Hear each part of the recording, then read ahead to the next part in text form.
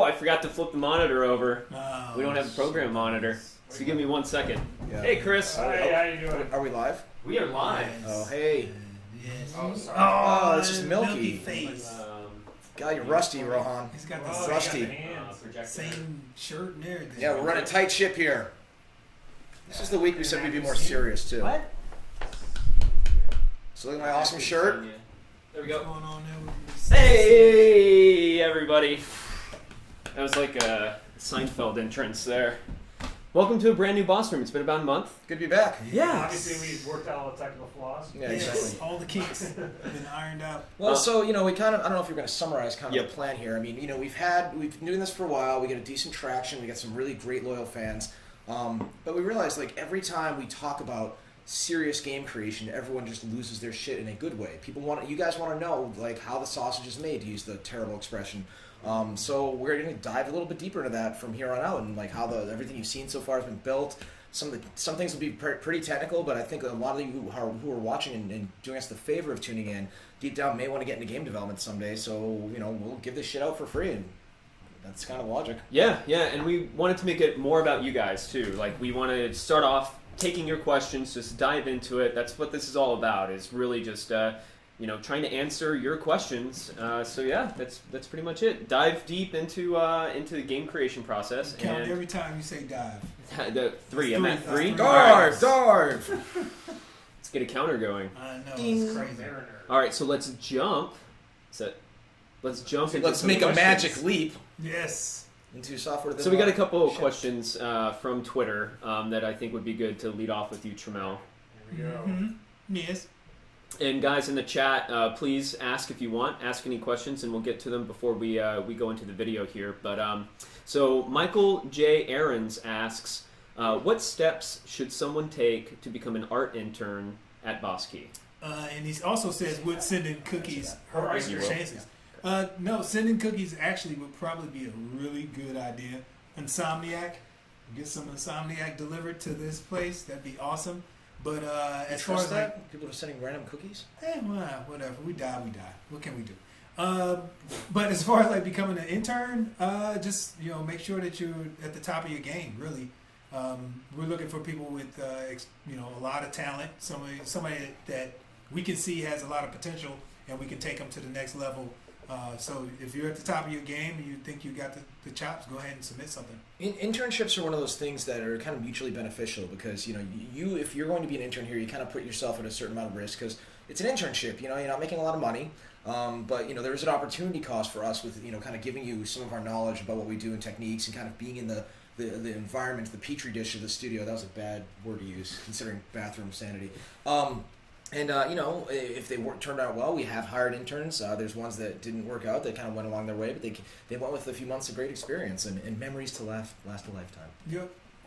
Wow. And portfolio, right? Like if you have something to show that. Oh Also yeah, you helps. definitely have to have a portfolio. You can't get in here Yep. without one. So get it easy, just like. But speaking of portfolio, you've had artists submit that if they don't send a link immediately with a no bullshit website where you can quickly, exactly, as fast as humanly possible, see your website. This is how you're representing yourself. That's the most important thing. It's got to be That's clean. what you said before. But be on your cover letter of like, I grew up playing Mario and Nintendo 64. It's just have a website with images. We on it. got a lot going on. Cut to the chase. Executive summary. Too long didn't read. Art. Exactly. See, Just see the art. artwork. Yeah, show don't tell. So the next one, Greater Tyrus 12.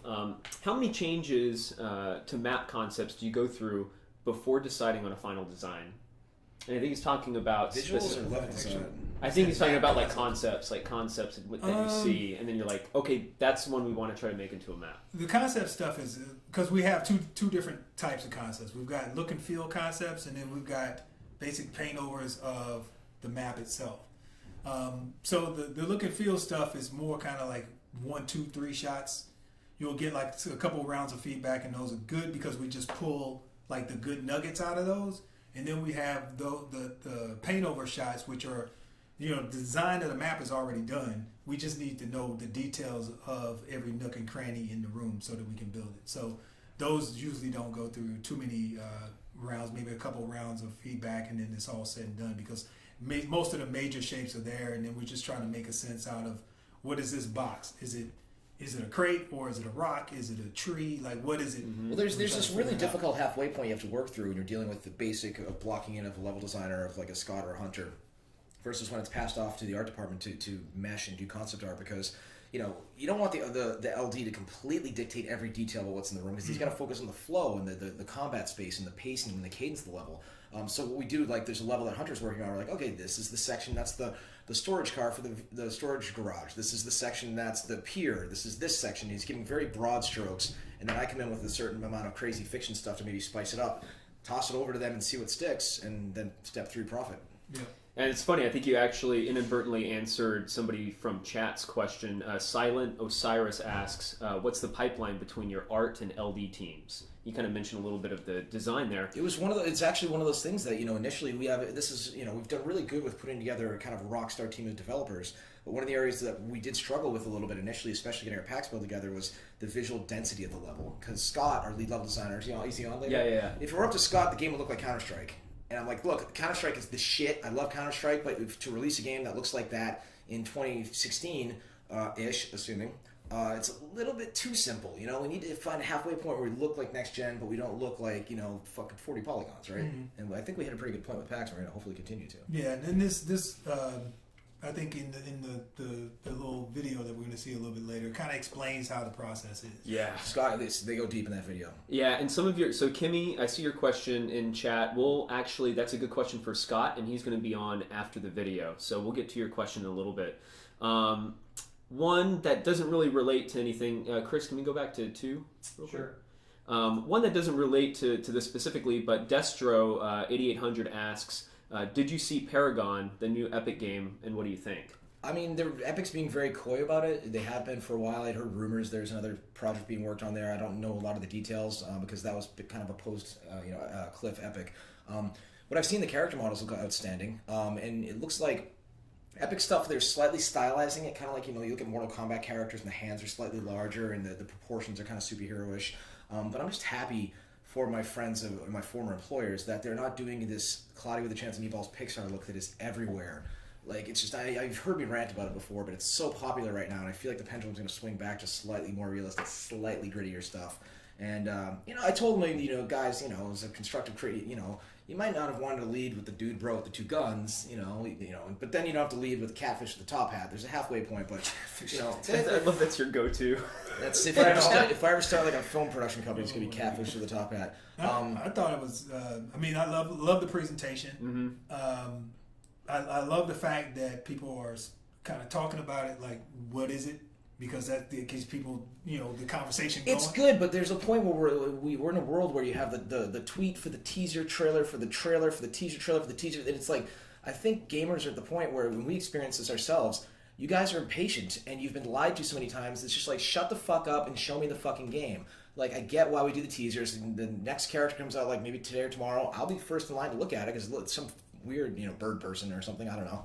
It's a Rick and Morty reference. But at some point, just show me the game, and I'm sure they have a plan. They know what they're fucking. Yeah. Just ship something, guys. Ship a fucking game. The game, the game characters all look great, and I'm interested to see how they actually fit into whatever world that they're building. Yeah, the site design was great. I thought it was really engaging. I thought Clean, it was cool, slick, and Epic. They always want to make great games, but remember, they always have the agenda to sell the engine. So what's the first thing they're leading with this game? It's like rotating around the character, looking at their fucking pores. That's what Chris Pern, my old art director friend, does. He's good at it too, and thorough. Cool. So I think there's some pretty good questions. We're going to have more featured that are more level design focused when Scott's on in a little bit. Dank map nuggets, yo. What? I don't know. Sorry. So yeah, the video is about 8 minutes, so it's a pretty deep dive. You're gonna like this if you want to get into game development. So we're gonna watch this, and then Tremel, you're gonna sign off, and we're gonna have Scott back on the show in a little bit. All right. So let's take a look. LawBreakers is a multiplayer-only game.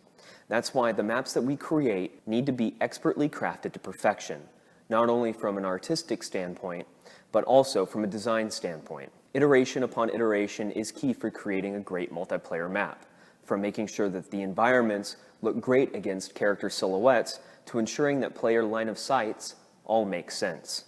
Since we're all about open development at Bosky, I thought it would be great to take a look behind the scenes at the creation of our first map, Grandview.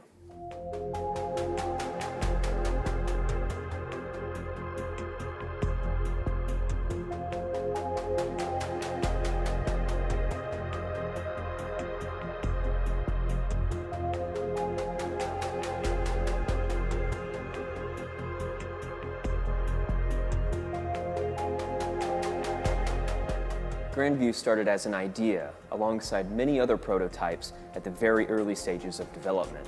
At this early phase in creation, concept art and early designs helped frame the aspirations for what the map would become, eventually landing in the hands of environment artists to help bring it to life. This is what we call DM Grand, and DM Grand was our first real test bed into map making. And this is when the company was brand new and we were all getting used to each other, and so nobody really kind of knew what to expect from one another. So it was one big experiment. And what you see with DM Grand is a lot of what eventually becomes Grandview. So one thing we tried to do with DM Grand was be really specific with where we put our structures and how they're assembled to show a sort of a consistent shape language. It's a Shura base, so they basically have all this money and they erect this base in the Grand Canyon. Ultimately it's a supplement or drug facility. That's kind of the fiction behind it. From an environment art standpoint, it's kind of nice to have that juxtaposition between organic and structural. It provides something we call landmarking. And landmarking is cool because when you're playing a game, you want to quick read and say, oh, I'm over by the bell tower, or I'm over by the massive land bridge, or whatever you want to, whatever we call out. Another good example of landmarking is just a huge rock formation that we put right in the center of our map. We'll kind of stumble upon these areas where it's kind of a place of interest, and we need a cool hero prop. That's also something that we'll kind of take the time to think, okay, well, what could it be? And as an example, the bell in the center courtyard. We kind of wanted to have like a ancient Japanese bell, but that also had maybe a little bit of tech around it. So that's something that we'll kind of place there, have a little gameplay, and see if that's going to flesh out. When we do play testing, we'll basically have a cutoff time, usually in the morning. We'll say, okay, any changes that the environment art team has needs to get in so we can test it and mess around. So every day what would happen is you would get updates to the map, and it would show our geometry changes and then you could run around. While the art is important, at the same time, the level itself is being chipped away at. Our level designers approach every inch of the map with care. When crafting a map, they need to take into account absolutely everything in the game, from character abilities to weapons, the game mode, and much more. To get to the state that Grandview is in now, we actually had to start further back than that. So I'm going to walk you through one of our first test maps that we made. At the time, we only had a couple of characters and a few abilities, and we weren't quite sure where we wanted those characters to end up in the play space. At the time, they were really insane. So like one character could jump from here all the way to the rooftop in one ability. And it ended up being too large of a play space for the type of game we wanted to make. So we made these frontline test maps, which were basically just a couple of hallways with different widths and one that had a bump in the middle. And once we played this, we realized all of the abilities were just too insane from the start. So from there, we went through and we set up a quick little map in what we call our dev gym, which is basically just a bunch of shapes and variables for us to test the characters out in. And we set them all up in like 10-yard increments and then one close 5-yard increment. And we sat down with Cliff and we said, how far do you want most combat encounters to be? And he said, I want that one. It ended up being around 20 yards, 15 yards for the general encounters. So we took those numbers and we started building out a new map that sort of limited the arenas to specific distances so that most of the time you're going to encounter somebody really closely rather than they're 4 football fields away. Our first iteration was, this is Grandview actually, was rotated. So instead of taking a base and mirroring it and having it identical, we ended up making one base and then flipping it 180 degrees. So this is, for competitive reasons, you want both sides to be the same when you have a mode that requires players to take an object back and forth to flag rooms. This quickly turned into a problem. We found that players were naturally picking a left or right direction based on the way the layout looked. Like one side looked safer than the other. So both teams were running in circles constantly. You didn't really have like clashes face to face. You just would run this way, there'd be nobody. The other team would run this way and they'd find nobody. And it was kind of sparse. After probably about a month of playing this, we ended up mirroring the map. And so here's a more recent version of Grandview and Graybox Phase mirrored. And we found that people would start to bump heads in the same pathways rather than circling each other. So this was a huge improvement over all of the playtests that we had. People were having more fun, combat was exciting, you had an exchange of abilities, the play space size itself felt about right, the characters were big on your screen. And so from then on we decided all future maps for this particular game mode are going to end up being mirrored instead of rotated 180 degrees. One thing we were careful of is working with the art team to make sure that the gray box level is preserved. We don't want to have the art objects come in and all of a sudden the layout is completely different because they've intruded in spaces or they've taken away things that are important. So if I flip between these two screenshots, you can see that the layout is nearly identical after the art pass. And this helps preserve all the tuning we did in the gray box phase to make sure it stays fun. So here's another example of the flag room after art pass. You can see it's very close. The cover objects are in the same spot. The doors are in the same position. The line of sight from the upper level to the lower is almost identical. And so that's something we plan on continually doing for all of our future levels, is making sure that if it's fun in the gray box, it's going to be fun when the art comes in as well. So going through the process of Grandview, I think was great for the entire company. It kind of gave us a sense of what the scope is for every future level, how we can approach it, how we can do it faster. And since we finished this for PAX, overall every level we've been working on since has gone probably 10 times faster through this process. So it was a great first test to figure out how we're going to make the entire game. Domination. Grandview is very important to us, as it's the first real culmination of the team's efforts, from art to design and everything in between.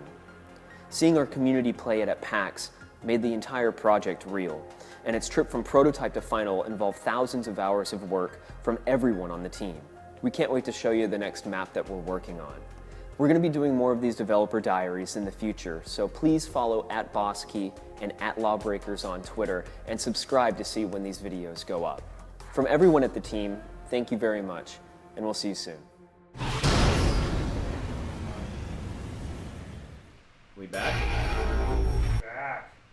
So yeah, that was a lot of fun to make, and I absolutely love, one of my passions is editing video and trying to relay information like that. And thank you guys, thank you Scott for just taking an afternoon. I think it was like 20 minutes and Yeah, it wasn't just that long. explaining that stuff. It was really cool. Well, it's one of those things when I talk to talent in the biz and they talk about like doing a talk at GDC or anything, and I'm like, well, what are you gonna talk about? What you do every freaking day? Like, don't get nervous. It's not like they're suddenly asking you to talk about neurosurgery or something like that. But I mean, for me, this whole category is very personal because one of the main ways that I came up, was doing level design. And I mean, I was never great at it. I was good enough to get by because I also contributed to the game's design and vision. But it's one of those things, man. It's easy to fuck up. It really is. And like, it's so funny because Scott will bust out a new prototype. I'll play and we'll finish up like, all right, that seemed pretty cool. And Scott's like, that was garbage. I'm like, Jesus Christ. Okay, guess that's why you're the lead level designer, dude. So yeah, we're just going to dive right into your questions. So Scott, you're here to basically take questions based off of the video. If anybody has any questions regarding level design, any of that kind of stuff, feel free. I'm actually going to roll it back a little bit to Kimmy Hazard from earlier in the show. Kimmy. Yeah, Kimmy's great. I'm sorry, give me a second. Here we go. From Kimmy Hazard, she asks, when making maps, how do you guys tend to keep fresh ideas? Do you often use similar elements from map to map, or do you try to change each map to make them dynamic and completely different from each other? I'd say they definitely share a lot of elements. Usually you'll have the most success if you work on something and iterate on it to the point where it's really fun, and then you sort of break down why it was really fun, and you take away some percentage of those elements and put it into your new level. The new level will be that much closer to being finished. And then from there, you just kind of keep changing things so it doesn't feel like the exact same experience, but it feels familiar to the things you do like. Yeah, it's like when the first time you play a level, so we had this whole conversation here where I was asking Scott and Hunter, like, hey, when we do a new level, can you kind of maybe do a fly-through so once we jump in, we kind of have some sort of idea? And their counterpoint, which is correct, which they often are, fuckers, is like, look, if you can't figure out where to go in the level just the first time, the new user's going to be screwed. So, like, generally speaking, there should be kind of maybe a base, maybe some tunnels out, maybe courtyard-y type area in the middle, and then mirror it, right? Like, that's often the archetype we go with. Like, same thing with the angles of hallways. Don't go more than, like, 45 to 90 degrees or it gets weird, right? Yeah, absolutely. I think that's actually a pretty good point to bring up, is that we're always trying to make sure that the level is the easiest thing to figure out in the game. so that you don't have to think about the level. It's just there, and you're thinking about the characters and the combat. Yep. From R. Rays in chat, he or she asks, on average, how long does it take to make a map? Obviously, some take longer than others, but what's the usual time? I mean, I think that's a very broad question, but, it's kind of interesting. Yeah, I could probably break down some of the timelines we've gone through. If you're starting out an entire new game mode and you're not sure what it is, it can take you, 3-4 months to try and figure out what that is. If you're trying to replicate a game mode that's solid and you've already got one map that's fun, it can vary anywhere from like 3 weeks to another 2 months, depending on the problems that arise. Would you say that a game mode really dictates the level design? Yeah, absolutely. I think Yeah. you have to build the flow around where you want the players to be, and depending on what type of mode you have set up, you'll want players in different areas. And so, for like our capture the battery overcharge mode, we need to have the 2 bases, a center courtyard to have some gravity fluctuations, and then a couple side routes. And so that kind of dictates some high-level blueprint for our space. It's one of those things that, like, if we find the trend of, like, everybody's only ever fighting in one section of the map, that's a bad thing. It's like if they're only in this one hallway, it's like you want combat to come to different areas because certain roles of certain characters are better in certain environments. Like, the Brute, Kronos, is better in, like, kind of tight hallways, not in, like, wide open areas, Yeah. right? Kitsune is great at being sneaky and kind of getting in behind people, dropping down from ceilings. Maverick's great in kind of wide open areas because she can zip around quickly and do 0G and things like that. So it's like you need to take the verbs of the characters and kind of think about how each section of the level kind of works and complements those verbs, right? Yeah.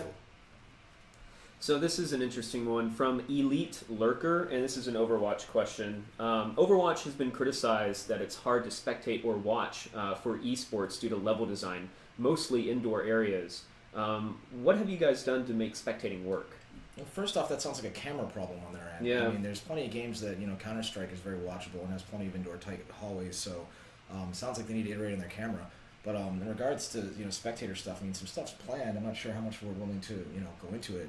I mean, in this day and age, if you want to maybe make the leap to an esport, you kind of need a good spectator mode because people want to watch the game and root for the heroes and boo the villains, right? And it's basic sports 101. I mean, you look at the broadcast quality of the NFL from when I was a child to now. It's like, go back and watch old football games like the 70s and 80s. It's horrible. And now we have fucking drones on the field, and we're eventually going to get in-helmet cameras and stuff. So you can often look to just actual sports and apply similar things to esports and video games, in my opinion. Yeah, that's my thought as well. Yeah, I mean, we're making a fun game first. We're not making, a spectator mode first. We want to make the fun game first and then follow it up with all those features. Yeah, I mean, if you do a good job with your game, it should be inherently watchable. This is funny. And good question. Silent Osiris, is there a dominant strategy that you've had to keep an eye on and adjust level design to keep it in balance? Oh, that's a good question. It is a good question. As far as on the level design side, see, as a level designer, I usually just blame the characters. I'm like, oh, it's the character's fault. They're ruining the level design, and then everybody else is like, no, level's ruining the characters. So, so one we've had to keep an eye on is probably specific nooks that are close to some of our rejuvenation stations. That's where you get health, and there's sometimes you can get them in this position where they can see into the flag room at the objective, just kind of run back, get health, and then spam the battery, and then go back and then spam the battery some more. So we've always tried to make sure that those are removed enough from the fight that if you want to go get health, you can't just dictate ownership over that space and have infinite heals. You have hunted. So yeah, for those of you who aren't familiar, we may or may not have a medic class in the future. It remains to be seen. But we have these kind of TSA machine-looking kind of health stations that heal you. And I haven't seen a lot of it in other games. You basically have to stand there, and over the course of time, it heals you. And you basically have to just kind of hang out. It's one of those things like Scott and Hunter have been so surgical with where they place them that, like, as somebody's in their base grabbing the battery to steal it, you're sitting here going, oh my god, there's a trade-off there, which is good game design 101, where you're like, okay, I only have, assuming my watch is my health meter, by the way. I'm Kronos, and it's going to take me, like, a good 10 seconds to heal up, and I'm only halfway healed. Do I take the risk of going out there being half health in order to try and take out the battery carrier? Do I fully juice up and then go for a run for the battery? Like, all these trade-offs happen in the head, which is what good game design is as well. Yeah, it's about choices, right? Exactly. Having to make those choices, consequences, trade-offs. That's cool. There's always a lighthouse. So Robo Hawkeye from chat, I think is a new viewer to us, and he or she asks, is there a general aesthetic LawBreakers is trying to follow? In parentheses, ruined cities, deserted stations, etc. Or can we expect things like jungles or something more vivid? Yeah, I mean, you could do ruined cities and jungles a la Uncharted, but we're not that game. A lot of us here have worked on the post-apocalyptic experience. We're kind of burnt out on it. I think some people, just gamers, like Fallout's going to crush it, but that's Fallout, to expect. But when it comes to war games, if I don't have to see any more rubble for the next 2 years, that'd be a nice thing. So in the fiction, the idea is the world's rebuilt after this incident, so we can have the real world and we can have familiar locations, but rebuild whatever architecture on top of it we want to.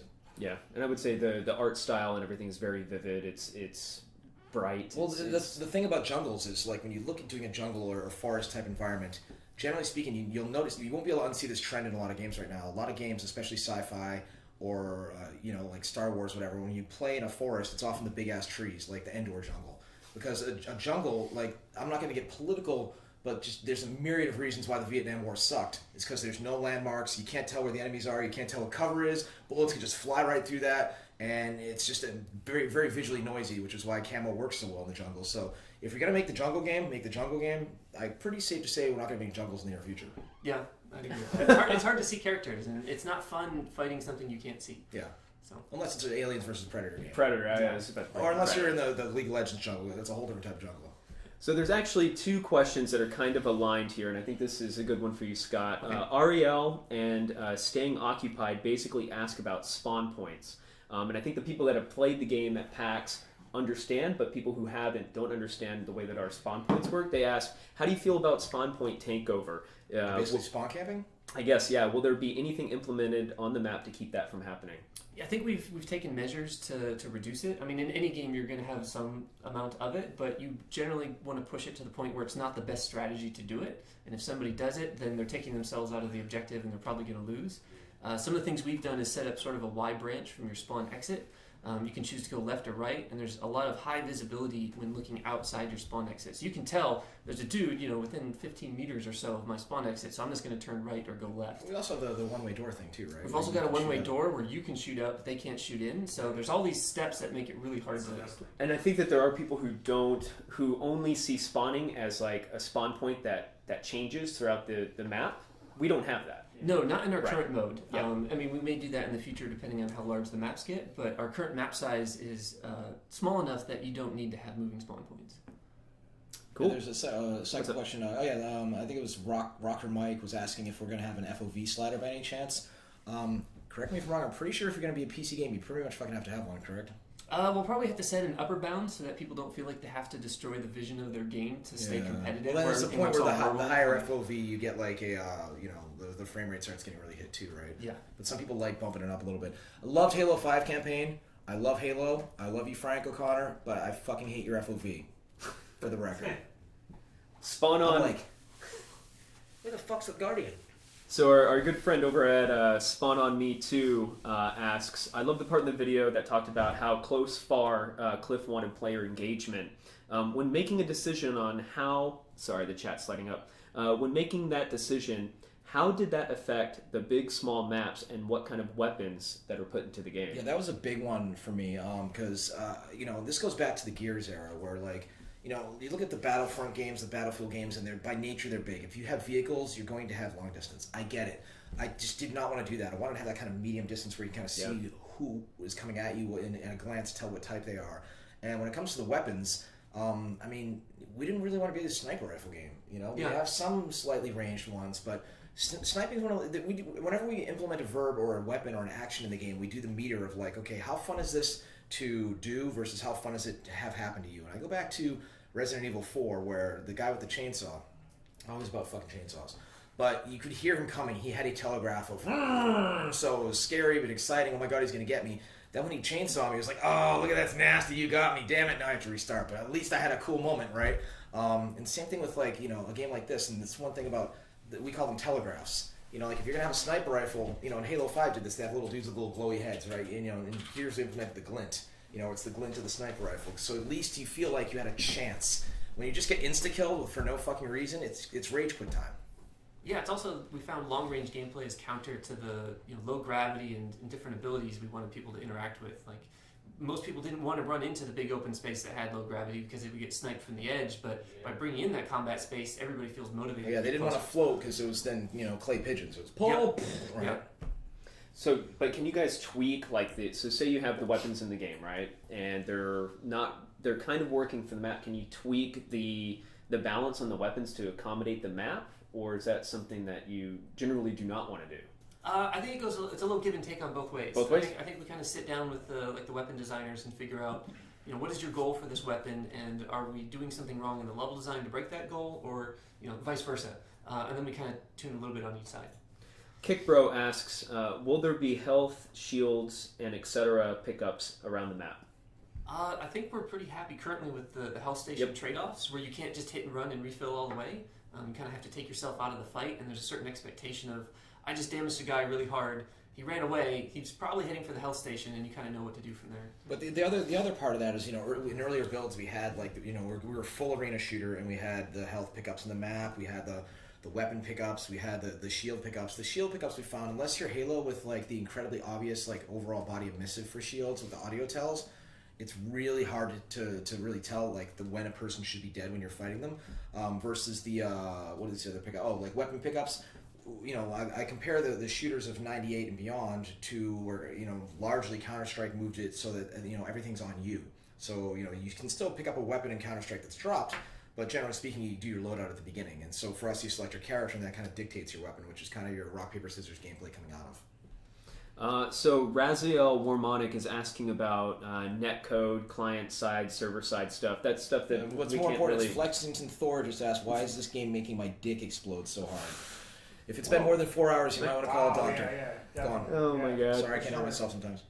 Raziel, I don't think we can talk about, we can't really speak to that, but hit scan versus projectiles I think is interesting. Yeah, that's a very interesting one, because we're kind of using a hybrid solution, if I'm correct. So, right? and Raziel played it at PAX, saying that there was a lot of aim assist on the Kasune. Is that going to be removed? I think it's more of a Cliff question than a level design. Yeah, I mean, so that's I'm assuming Raziel is alluding to the melee for probably weapons. Here's the thing: there's a reason why melee in most first-person shooters is a one-hit kill, because otherwise melee in first-person gets very complicated. You wind up making something like that Xbox game Breakdown, which first-person melee is extremely difficult, and that can be your entire fucking project. So for certain characters and certain selections, we do have a certain amount of that kind of aim assist. When it comes to guns and actual aiming, though, not a lot. And I believe some of our weapons do actually spawn a projectile and have a tiny bit of travel time. We're not going full Battlefield with bullet drop, but just the whole instant trace sometimes it kind of feels cheap. And so we're going to have a hybrid halfway between the two. But I'm not exactly sure what's going on in the code right now, so that's the best answer I can give. Yeah, it's still kind of early, and we're still experimenting. So last question here, and this will be for you, Scott.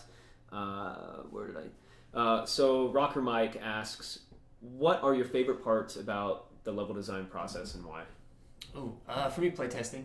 I get really upset if I don't get to playtest today. The build's it's just so disappointing. I feel useless. For me, the favorite part is putting in all the work and then finding out what the result is and then what changes need to be made. Gathering feedback and having that discussion with everybody. That's my favorite part. You have to understand, I don't know if I've mentioned in the prior streams, this guy is surgical. In Scott, one time I was sitting there what are you doing this weekend? I'm gonna watch football and read a comic book and go drink beer. And he's like, oh, I build furniture. And I'm like, what the fuck? And he calls up this, are you okay with me outing you on this? Sure, go ahead. He builds this, I think I may have mentioned it before, this steampunk furniture that he could sell for $5,000 a head. And I'm like, you could make a lot of money on that. He's like, I can't bear to part with it. I'm like, oh, hey, that's cool, man, but it's beautiful. And it's one of those things you hear for 6 months before I found this out. And that's the type of personality you need for a lead level designer. In addition to knowing how to manage people and kind of, answer questions and show up, is that kind of surgical, almost like Amish craftsmanship of it's a very good OCD, right? Where the lines need to be right, the distances, and there's a feel that happens there. It's the ultimate blend. I've always said for decades now of the art and science kind of coming together as one. I'm actually going to do one more real quick from somebody I don't recognize. So Desert J asks, when evaluating your maps, what kind of data do you look at beside subjective player experience and observation?